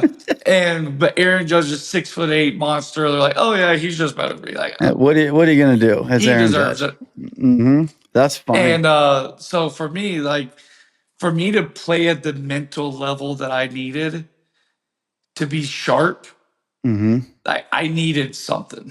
Little edge, I needed whether it was I didn't like the way the guy wore his uni, whether he it was all this built in. Yeah, find something. Yeah, you just gotta, and that's all right, now I don't like this guy. That's that elite mental side of you just finding out what works for you. Some guys Zen mode and they're good. You're finding out what works for you. It's the old, it's not weird if it works, you know what I mean? And that's just what it was. So when that happened and he brushed me back, I was because I was really starting to feel comfortable at the plate. As a hitter, when you start feeling comfortable, you don't want balls being thrown around you. Yeah. And I was pissed, and I was all right. And then I gave him a look to see because I would like to just see what is his body language. And your initial body language was throwing the bat in a mix of disgust of I want to hit versus, and also the other 50 was was that on purpose, motherfucker? Is a mix of well, the first pitch is always, it automatically triggers was that intentional? I didn't think that it was, or I would have said something immediately. Yeah. Right. And when I looked out, I saw him walking off the mound at me. He kind of chirped and said something, and I was okay, dude. I need this right now. Yeah. And then from that point on, literally, I mean, in Atlanta, they used to call thank God, because that propelled me. And I remember when that event happened, it was all right, because Freddie Freeman was my teammate and super nice guy, the nicest smile, guy, just a sweetheart, the all-American everybody, guy. Hi, and I'm the exact opposite. I was ready to kill people, and I remember Freddie looking at me disappointed in me, like your dad, he was looking at me, and I was all right, dude. I remember looking at myself, I'm all right, it's time to start playing. It's time to go. Because Freddie Freeman is disappointed in me, and if you're in Atlanta and Freddie's disappointed with you, you're in trouble. That is such a classic visual. of all people, Freddie and you, just the total opposites. Yeah, we were, but we got This, along great. Like we ended up like I would say we became friends like through that. yeah, I love that. I think that's great. Last guy I'm going to ask you about before I let you go, while we're on this topic, Machado. You guys have had your situation. I haven't really heard much on this, but I think obviously now 10, 12, however long years it's been later. I think it's one of the funniest things. I truly don't believe he knew you weren't at third base when he launched his bat over there. The whole deal was your confusion was everybody's confusion, right? Off balance, you go to tag him, he tries to avoid, and you're like, oh shit, I gotta reach to tag you. And just the throwing the helmet before he even hit the ground, the whole deal was like, and you were like, the fuck? Which was what everybody did. And then to watch it carry on to that next AV where they just, or whenever that was, a couple games or next series, something. But what a wild situation that was, huh? Yeah, so couple of things about that. I remember the very first game of the series, we were facing, I forget what his first name is. I want to say it was Chin, a lefty that was a starter for him. He hadn't hit a right-handed batter in his career. And I took him Insert deep my Donaldson. first at bat. And then my second at bat, he like clipped me, didn't square me up, clipped me. And I remember looking at our dugout, I'm like, I told him before my at bat, I was like, I think he's gonna hit me this at bat. Because I kind of like slow walked him out. And so that was kind of like growing a little bit. Then the Machado play happened. And like for me as an infielder, once replay came into a thing, anybody that tried to like juke me, like I was gonna make sure that I put a tag on you. Yeah. Like there was no like, Yeah. hey buddy, you're out, like type of thing. I'm not missing you by this much, and having the camera go, oops, safe. That would piss me off. Exactly. Like that. I'm not doing that. Like I was paranoid about that. And plus at that time, I had like my arm was a little bit banged up. And to be completely honest with you, you go look back at that year, I had a great year defensively, but I had 24 throwing errors that year. So you see an out running towards you, you're like, yeah, I'm not fucking throwing this ball. If I could tag this guy, done. That's exactly what exactly what happened. And he took off assuming that I was just going to throw it. And I saw him take off and I was like, okay, I'll get in a rundown at this point. I don't care. And he kept going and then he tried to juke me and I tagged him. And the part about the helmet and stuff like that, I didn't even see that happen because I tagged him and I kind of just, it was a third out. I just put my head down. I was like, all right, boom. And then I see a helmet like flying over here. I thought he tripped and his helmet flew off. And so I actually went and picked his helmet up to go give it to him. Yeah, I know. I remember that. And then he's like getting all up in my grill, like yelling at me and saying some stuff. And I just started laughing. I was like, what? Yeah, what's happening? I was like, what are you talking about, bro? Like, and he's like, you tagged me too hard. I was like, what? Like, that's not a thing. That's crazy. That's not a thing. Crazy. There's no such thing as tagging someone too hard. Yeah. Yeah. And my perspective of the bat throw was it wasn't directed towards me. Because Abad, who was our pitcher, because of everything that happened, I think he took it on his own and was like, I'm going to smoke him. I see. Because, I mean, Latin pitchers, like, they're not scared to hit somebody. Like, that's they just, don't care. like, that's just part of that's part of the culture of their game. It is what it is. Yeah. They don't have to be told. Yeah. Yeah. They're looking for it. And I think he took it on his own and he threw the first one and he threw it behind him. That's right. That's right. And I think what happened with Machado, like you'd have to ask him. But I think he went to throw the bat at the pitcher. And then at the last second, it was like, that's probably not a good idea. And held on to. And maybe like, hey, to throw a bat at a pitcher, like probably not the easiest thing to do, like when a Yeah. ball's being Yeah. thrown at you at the same time Mm-hmm. too. Yeah. Might And have so been I trying think to. because people were trying to say, "Oh, he threw it at you," I'm like, I wasn't even in the game, bro. Yeah. It's a good point. Yeah. We were beating the brakes off of him at that time, so I was getting some work done on my shoulder. I remember I had like 2 big bags of ice, and I was already up in the clubhouse, and it happened, and I was like ripping my shoulder ice to like run that back down onto the You're like, field what do we out of the got now? game.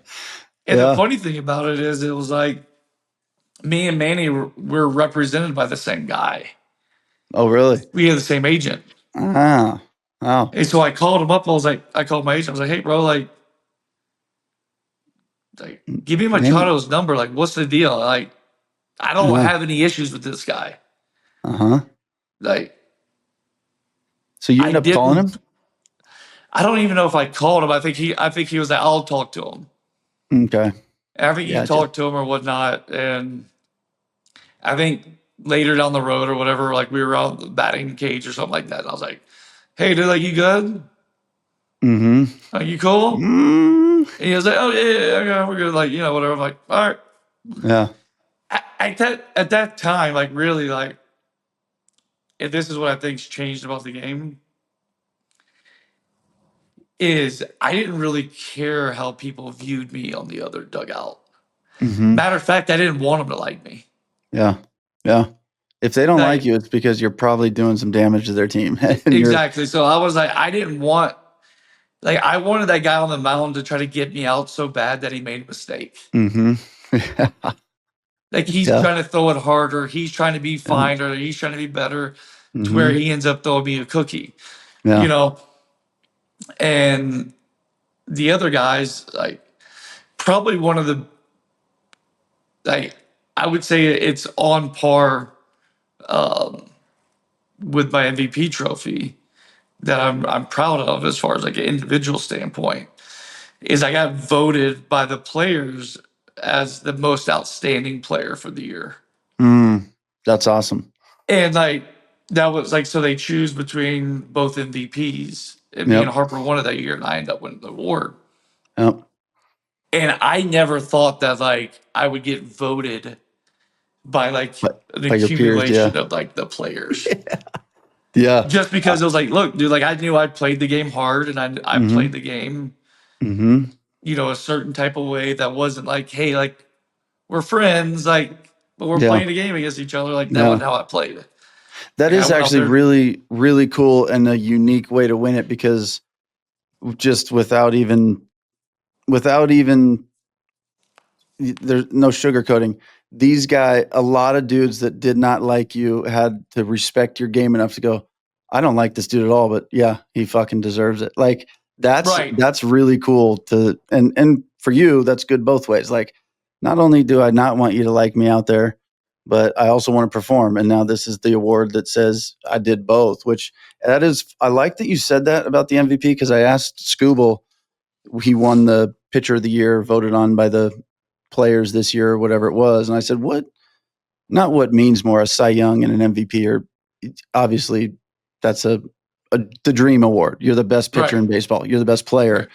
And I said, what is, I don't want to say more important, but maybe cooler, to have the guys that you compete against say, this dude is the best. And he said, the player one is cooler. Like, it's not cooler, but it feels really good.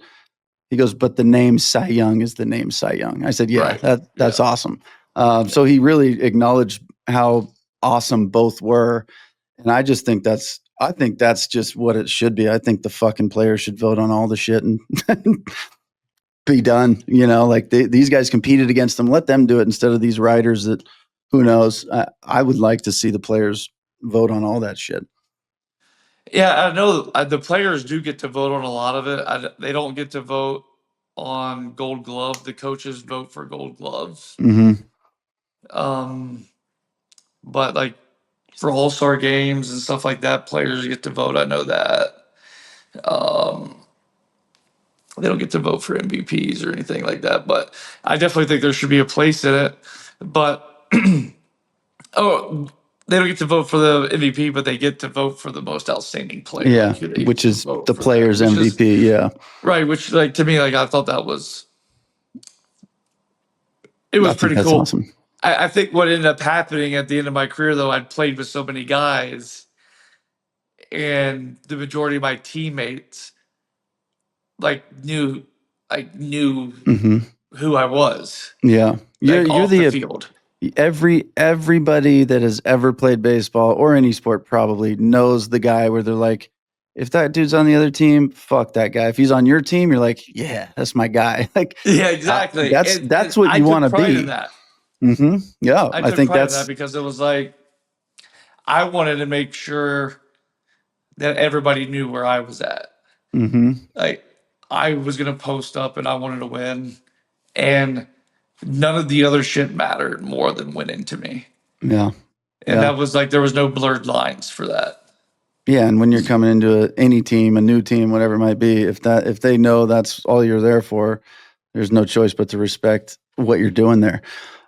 Shoot, man, we're running on 2 hours. I said 20, 30 minutes. I'm going to break this into a few episodes, but I appreciate this so much, dude. This is, I don't expect anything out of anybody. So for you to say yes in the first place, amazing. And then to give me this kind of time, I think somebody like you there's so much value. I mean, I enjoy the conversation, but I get excited about probably an hour and a half out of this hour 50 that audience, kids, coaches, people are going to get shit out of this that is really going to help them. So, you're the man, dude. Thank you. I appreciate it. I'm glad that you fucking decided to comment on my video and tell me how wrong I was because it led to this. Well,